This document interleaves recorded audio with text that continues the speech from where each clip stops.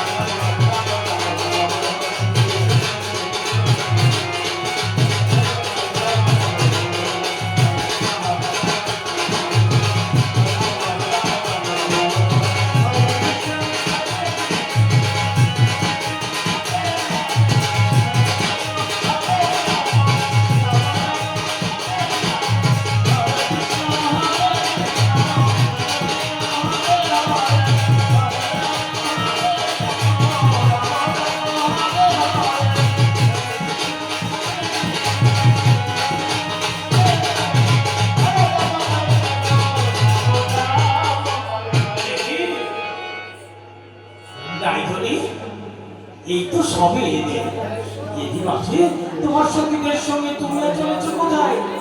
ওগো প্রাণবধূ, তুমি তো জানো ঘরে রয়েছে আমার শ্বশুর। একবার যদি এসে দেখে আমি তোমার সঙ্গে নৃত্য করছি, তাহলে আমার কি করে জানো? কি হবে? তবে শোনো কথা, আমার এই ঘরের বাইরে করা যাবে প্রাণমা। তাই তো বললাম ঘরে ফিরবার অনুমতি দাও।